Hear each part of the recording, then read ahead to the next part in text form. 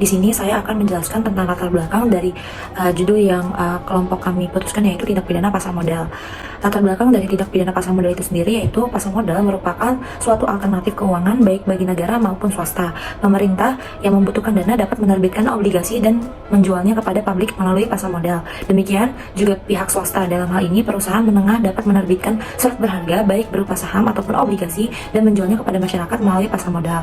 Oleh karena itu, upaya pemerintah untuk menghimpun modal atau menghimpun modal dalam perekonomian dapat dilakukan melalui pasar modal, dalam artian masyarakat yang memiliki kelebihan dana atau surplus of fund dapat menginvestasikan dana tersebut melalui pasar modal.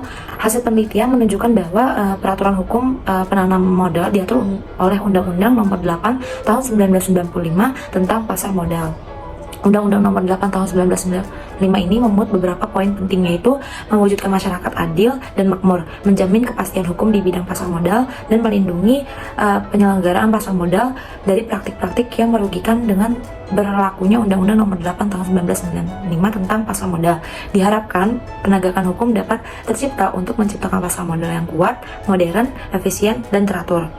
Umumnya, kejahatan yang terjadi di pasar modal dilakukan secara profesional oleh penjabat kerah putih atau yang biasa kita sebut sebagai white collar criminal. Sedemikian sehingga para korbannya tidak sadar telah dirugikan oleh tindak kejahatan tersebut. Tindak pidana dalam pasar modal ini memiliki ciri khas, yaitu objek kejahatannya adalah informasi dan terlebih lagi pelaku kejahatan ini tidak mengandalkan kemampuan fisik, melainkan pada kemampuan membaca situasi pasar dan memanfaatkan untuk keuntungannya pribadi. Kami mengangkat dua rumusan masalah. Yang pertama itu bagaimana bentuk tindak pidana pasar modal sebagaimana yang diatur dalam Undang-Undang Nomor 8 Tahun 1995 tentang pasar modal. Dan yang kedua, bagaimana langkah penegakan hukum terhadap tindak pidana pasar modal sebagai yang diatur di dalam Undang-Undang Nomor 8 Tahun 1995 tentang pasar modal. Lalu, apabila kita meninjau terhadap ketentuan dari bab 11 mengenai penipuan, manipulasi pasar, dan perdagangan orang dalam, bahwasanya menjadi contoh-contoh dari transaksi yang dilarang di dalam Undang-Undang Nomor 8 Tahun 1995 tentang pasar modal, yang mana dilarang karena untuk melindungi kepentingan masyarakat, investor, atau pemodal, serta untuk menjamin agar proses perdagangan efek ini dapat berlangsung secara jujur dan sehat, sehingga kepercayaan masyarakat terhadap industri pasar modal Indonesia ini dapat terus terjaga dan bertahan lama. Adapun pengaturan yang termuat dalam Undang-Undang Pasar Modal mengenai penipuan itu telah termuat di dalam pasal 90, bahwasannya dalam kegiatan perdagangan efek, setiap pihak dilarang secara langsung atau tidak langsung a. menipu atau mengelabui pihak lain dengan menggunakan sarana dan atau cara apapun, b. turut serta menipu atau mengelabui pihak lain, dan c. membuat pernyataan yang tidak benar mengenai fakta yang material atau tidak mengungkapkan fakta yang material agar pernyataan yang dibuat itu tidak menyesatkan mengenai keadaan yang terjadi pada saat pernyataan dibuat dengan maksud untuk menguntungkan atau menghindarkan kerugian untuk diri sendiri atau pihak lain, atau dengan tujuan mempengaruhi pihak lain untuk membeli atau menjual efek. Lalu selanjutnya, tindak pidana pasar modal yaitu adanya manipulasi pasar yang apabila ditinjau berdasarkan ketentuan dalam pasal 91, bahwasannya setiap pihak dilarang melakukan tindakan baik secara langsung ataupun tidak langsung dengan tujuan untuk menciptakan gambaran semu atau menyesatkan mengenai kegiatan perdagangan, keadaan pasar, atau harga efek di bursa efek. Selain itu, di pengaturan pasal 92 disebutkan bahwa setiap pihak, baik sendiri-sendiri atau bersama-sama dengan pihak lain, dilarang untuk melakukan dua transaksi efek atau lebih, baik langsung maupun tidak langsung, sehingga menyebabkan harga efek di bursa efek tetap naik atau turun, dengan tujuan mempengaruhi pihak lain untuk membeli atau menjual atau menahan efek. Disebutkan dalam pasal 92 bahwasanya setiap pihak dilarang dengan cara apapun membuat pernyataan atau memberikan keterangan secara material yang tidak benar atau menyesatkan, sehingga mempengaruhi harga efek di bursa efek apabila saat pernyataan dibuat atau keterangan yang diberikan. Seperti halnya, pihak yang bersangkutan mengetahui atau sepatutnya mengetahui bahwa pernyataan atau keterangan tersebut secara material tidak benar atau menyesatkan, atau pihak yang bersangkutan tidak cukup berhati-hati dalam menentukan kebenaran material dari pernyataan atau keterangan tersebut. Dalam pengaturan tindak pidana perdagangan orang dalam, terdapat dalam pasal 95 Undang-Undang Pasar Modal bahwa orang dalam dari emiten atau perusahaan publik yang mempunyai informasi orang dalam dilarang melakukan pembelian atau penjualan atas efek. Seperti halnya emiten atau perusahaan publik yang dimaksud dalam poin B, perusahaan lain yang melakukan transaksi dengan emiten atau perusahaan publik yang bersangkutan. Dalam pasal 96 juga disebutkan bahwa orang dalam sebagaimana yang dimaksud dalam pasal 95 dilarang yang pertama mempengaruhi pihak lain untuk melakukan pembelian atau penjualan atas efek. Lalu memberi informasi orang dalam kepada pihak manapun yang patut diduganya dapat menggunakan informasi yang dimaksud untuk melakukan pembelian atas penjualan efek. Selain itu, dalam pasal 97 juga disebutkan setiap pihak yang berusaha untuk memperoleh informasi orang dalam dari orang dalam secara melawan hukum dan kemudian memperolehnya dikenakan larangan yang sama dengan larangan yang berlaku bagi orang dalam, sebagaimana dimaksud dalam pasal 95 dan pasal 96.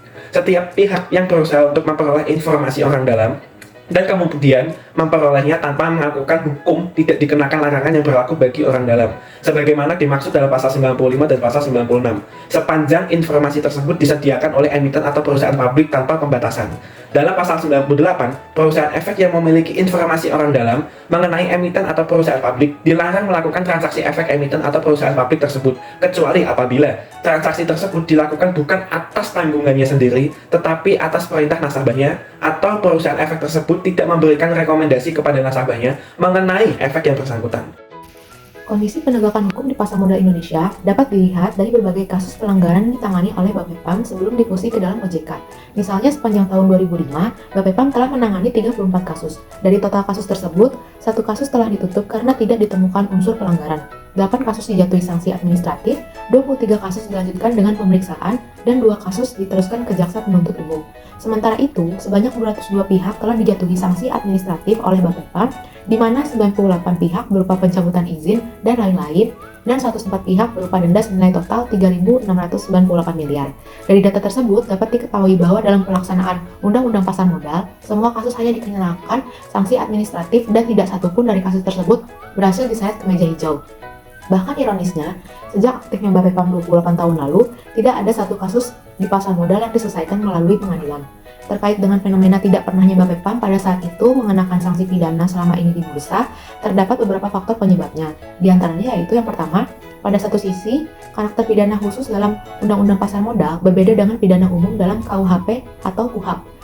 2. Pada sisi lain, belum adanya persepsi yang sama antara Bapepam dengan kejaksaan dan kepolisian dalam menentukan unsur pelanggaran suatu perbuatan. Yang ketiga, di samping itu, berbagai peraturan juga perlu diantisipasi karena kurang komprehensif. Dari penjelasan di atas dapat disimpulkan bahwa penegakan hukum di pasar modal belum berjalan secara efektif sebagai akibat dari lemahnya kelengkapan peraturan, komitmen, dan koordinasi antar penegak hukum. Sehingga diperlukan suatu orientasi dan paradigma baru yang lebih memiliki daya agregat dalam pengelolaan pasar modal, sebagai suatu upaya penciptaan pasar modal yang teratur, transparan, dan berwibawa di mata semua pihak yang terkait dalam pasar modal. Kegiatan investasi di pasar modal merupakan suatu proses yang menyangkut risiko yang sulit dihindari. Risiko selalu terkait dengan ROI yang diharapkan. Semakin tinggi expected return, maka akan semakin tinggi risiko, demikian pula sebaliknya.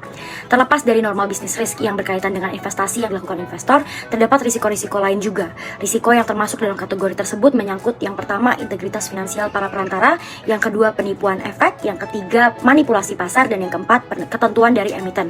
Oleh sebab itu, diperlukan adanya mekanisme pengawasan pasar yang efektif sehingga dapat berfungsi sebagai sarana dapat mencegah terjadinya praktik yang mengurangi tingkat kepercayaan pemodal. Secara umum, terdapat 4 pilar strategis dalam kerangka untuk mengoptimalkan fungsi tersebut. Yang pertama, kerangka hukum yang harus diperkuat. Yang kedua, perangkat dan mekanisme pemeriksaan dan penyidikan yang bersih dan kompeten. Yang ketiga, proses penuntutan yang harus dimaksimalkan. Dan sanksi hukuman yang menimbulkan efek jera. Dengan demikian, keberhasilan dari sebuah penegakan hukum di pasar modal harus ditegakkan demi terciptanya pasar modal yang efisien dan transparan dalam rangka memberikan manfaat sebesar-besarnya bagi kesejahteraan masyarakat. Di sini saya akan memaparkan tentang kesimpulan dari pasar modal.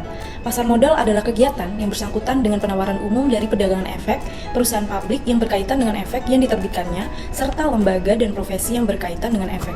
Kegiatan di bidang pasar modal diatur dalam Undang-Undang Nomor 8 Tahun 1965 tentang pasar modal yang dilengkapi dengan Peraturan Pemerintah Nomor 45 Tahun 1965 tentang penyelenggaraan kegiatan di bidang pasar modal dan Peraturan Pemerintah Nomor 46 Tahun 1995 tentang pemeriksaan di bidang pasar modal serta keputusan Menteri Keuangan.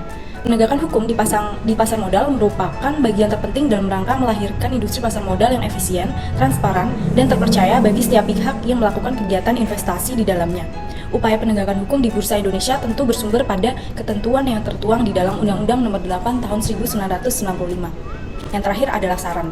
Penegakan hukum di pasar modal belum berjalan secara efisien dan efektif sebagai akibat dari lemahnya kelengkapan peraturan, komitmen, dan koordinasi antar penegak hukum, sehingga diperlukan suatu orientasi dan paradigma baru yang lebih memiliki daya agregat dalam pengelolaan pasar modal sebagai suatu upaya penciptaan pasar modal yang teratur, transparan, dan berwibawa di mata semua pihak yang terkait dalam pasar modal.